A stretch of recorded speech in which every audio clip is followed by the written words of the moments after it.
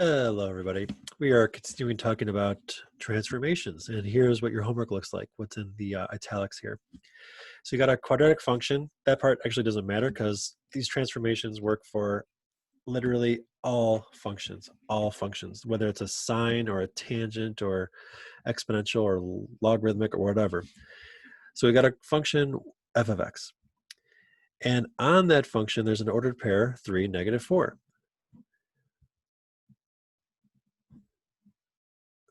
What what changes with this ordered pair when these transformations occur? F of the opposite of x minus 2. Well, there are two transformations happening. One is happening inside the grouping symbol, which means it affects the x value. And one is happening outside the grouping symbol, which means it affects the y value. So both 3 and -4 are going to go for a little ride. The opposite of x indicates that every single x value is going to be replaced with its opposite. So what does that look like graphically? That is um, a reflection over the y-axis. And then this -2 is affecting the y values, and that will be graphically be going down 2 units. So graphically it'll look like it'll just be shifted down. Every y value will have 2 subtracted from it. What does that mean specifically for 3, -4? Well, 3, -4, the first thing that's happening is we're following the order of operations. I have to reflect the x value. So 3 is the x value, and 3 is going to change. It's going to become -3. It's replaced with its opposite. And then the last transformation occurs, this -2. All the y values go down 2. Well, the y value here is -4, so if I decrease that by 2, it becomes -6. So the ordered pair in the original, 3, -4, has now become the ordered pair -3, -6, based on those two transformations. And these two transformations affect all ordered pairs, which is why the graph looks different after you go through them. Similar example, we've got another function, and it has an ordered pair -6, 3. And here are two more transformations. This x minus 2 in the grouping symbol means you got shifted to the right 2. And this -5 outside the grouping symbol means it went down 5. So 2 transformations. First, I need to go to the right 2. And 3 is the y value that has no business with going left and right. It's all about going up and down. -6 is the x value. And that, since I'm going to the right, this is going to be affected. I need to go to the right 2 units. If I do that, -6 becomes -4. And then you need to go, so realize it's not just a matter of subtracting 2. That's not what's going on. This x minus 2 indicates a shift to the right. And since if you're at -6, and if you want to go to the right, you are definitely going to go to -4. That is 2 spots to the right. And then you need to go down 5. Well, y is in charge of going down. So this 3 is going to be decreased by 5, making it -2. So the mapping went from -6, 3 all the way to -4, -2. Graphically, we've got two functions here, and we'll let the red function be the original, f of x. What is the blue function? What is the graph of the blue function? We'll call the blue function g of x. Well, the first thing I always notice, and I think this is good advice, is to figure out your movements left and right, up and down. And you've got the vertex here on the original. The vertex is at 3, 0. Here's the vertex of the blue. How far did you move left, right, up, or down to get from here all the way down here? Well, you went to the left, 1, 2, 3, 4, and you went down 1, 2, 3. Those are your two transformations. There may be more, but for right now, you definitely went to the left 4 and you went down 3. So this point became that point.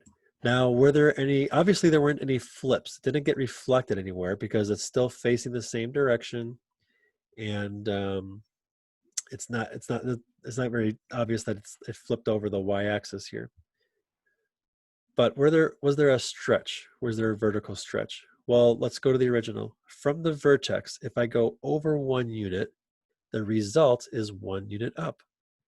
And if I go over 2 units, the result is 4 units up. How does that compare to the blue? Well, from the vertex, if I go over 1, I go up 1, just like the red. And from the vertex, if I go over 2, I go up 1, 2, 3, 4, just like the red. So that's enough evidence to convince us that there was no vertical stretch. It's the same as the red one. So therefore, the only 2 transformations are left 4 and down 3. And this is how we would write it. You take the original function f of x, and you shift it to the left 4, so inside the grouping symbols, and then down 3 outside of the grouping symbols. This next example is similar to the previous one, except do you notice the difference? The difference is that the blue one looks like there is a stretch now.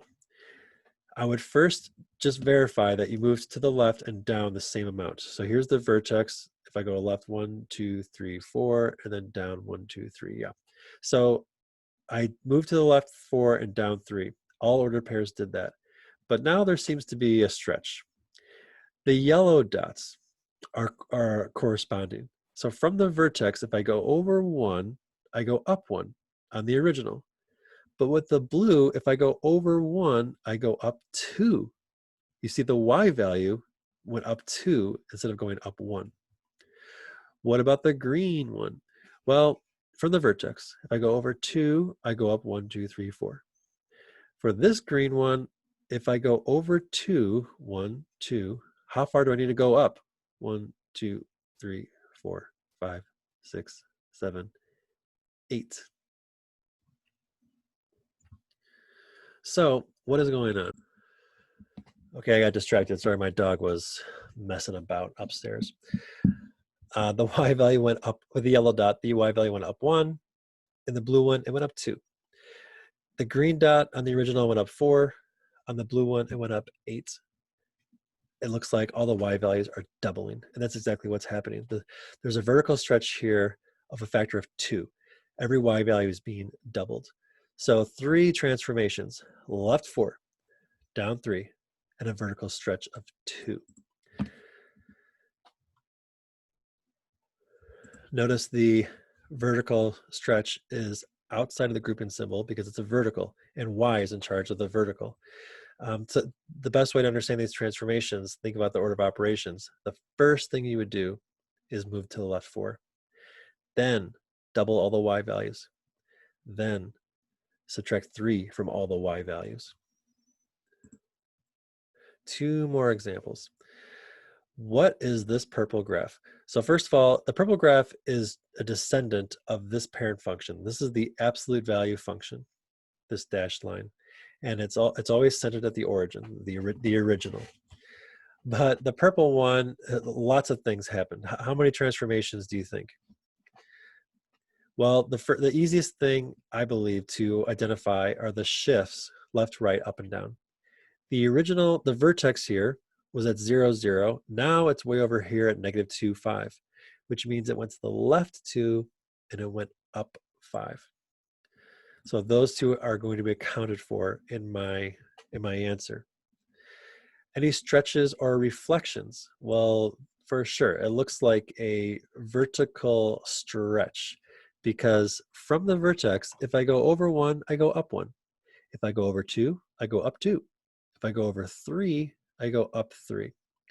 But with this purple one, if I go over 1, my vertical change is 3. If I go from the vertex over 2, the vertical change is 6. 1, 2, 3, 4, 5, 6. So it looks like the vertical stretch stretches by a factor of 3. All the y values are being tripled. Up 1,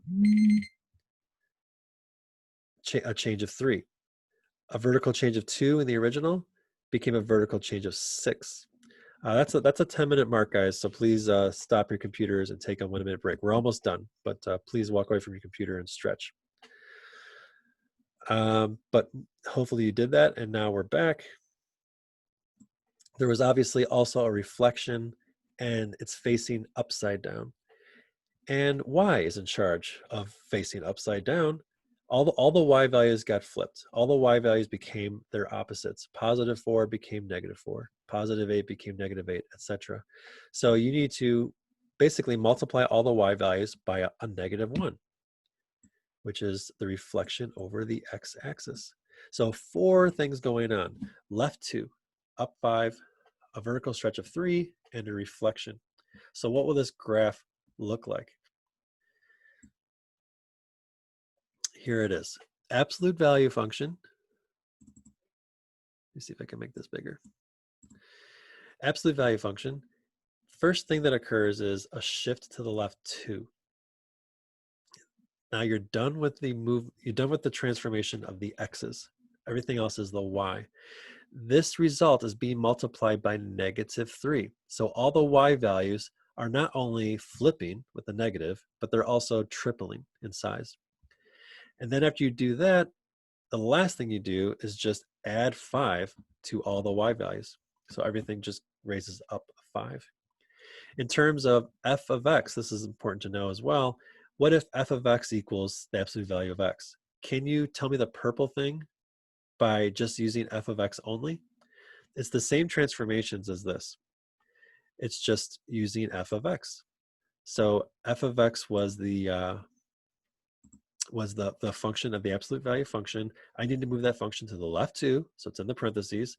I need to multiply the result of that function by negative 3, so it's outside of the grouping symbol. And then last thing, I need to add 5 to the y values, so it's adding 5 away from the grouping symbol. Last one. This is a good one. What kind of graph is this dashed line, guys? Not a parabola, not a line, not absolute value. What is it? It is a square root function. This is the square root of x. Look, this, if you plug in 1, the square root of 1 is 1. If you plug in 4, the square root of 4 is 2. If you plug in 9, the square root of 9 is 3. So it's the square rooting function. It takes the square root of whatever you give it. And notice the domain. There's nothing over here because you can't take the square root of negative 1. And you can't take the square root of negative 2, etc. What were the transformations? First, just as usual, left, right, up, or down. Well, from the beginning spot here at 0, 0, the new beginning spot is way over here at negative 3, negative 1. So it moved to the left 3, and it moved down 1. Any stretches or reflections? Well, no reflections. It's facing in the same direction. It's orientated the same way, left to right and up and down. So there were no reflections. But it does look like there was some sort of stretch involved. Let's see if we can figure this out. From the beginning point of the black one, if I go over 1, I result in 1.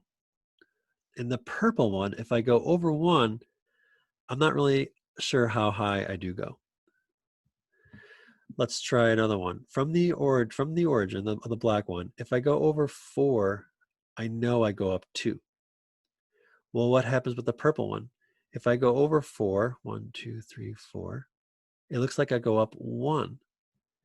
Okay, that's the big clue. In the black one, if I go over 4, I go up 2. But in the purple one, when I go up 4, I go up 1.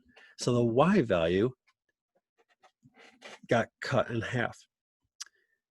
And then that makes me think, remember in the original one, if I go over 1, I go up 1? Well, with this purple one, if I go over 1, this is probably a half. So it looks like to me that you're multiplying all the y values by a half. Let's just do one more test. In the original, I know if I go over 9, the result is 3, because the square root of 9 is 3. In the purple one, I'm hoping that if I go over 9, I'll only go up 1.5, because 1.5 is half of 3. Let's test it out. Here's the purple one. Over 9. 1, 2, 3, 4, 5, 6, 7, 8, 9. Do I go up 1.5? Here's 1, and there's a half. Yeah. So it looks like there's a vertical shrink. of a half. All the y values got divided by 2. And this is enough for me to confidently describe our function. It is movement to the left 3, so inside the grouping symbol, and then outside of the grouping symbol, I'm multiplying all the y values by a half, and then lastly, I'm subtracting 1 from all the y values. Now, if you doubt that's true, that's good. There is a way to test it to make you totally confident. We are claiming that this equation is the purple graph. How can you test if you're right or wrong, like on a quiz or a test? Pick an ordered pair on this purple graph and test it out. So look at this purple graph. I would always avoid like the vertex or the starting point because it's not the best testing point. Any other ordered pair on here, and there's really only one clear choice. It's got to be this one. 1, 0 is on this, looks like it's on this purple graph. Every other ordered pair is not really an integer, so it's kind of messy. So let's test 1, 0. Let's plug in 1 for x and see if we get 0 for y. And we do. If you plug in 1 for x, 1 plus 3 is 4. The square root of 4 is 2. So 1/2 times 2 is 1, and 1 minus 1 is 0. So you get a true statement. So that should be convincing that you got the right equation. Lastly, can you describe this in terms of f of x? Yes. You're going to have literally the same transformations. You're just going to be using f of x. You want this radical x to have x plus 3 inside. So the input is going to be x plus 3. You want to multiply the radical by 1/2. So outside of f, you're going to multiply by a half. And then you want to subtract 1. So outside of f of x, you're going to subtract 1.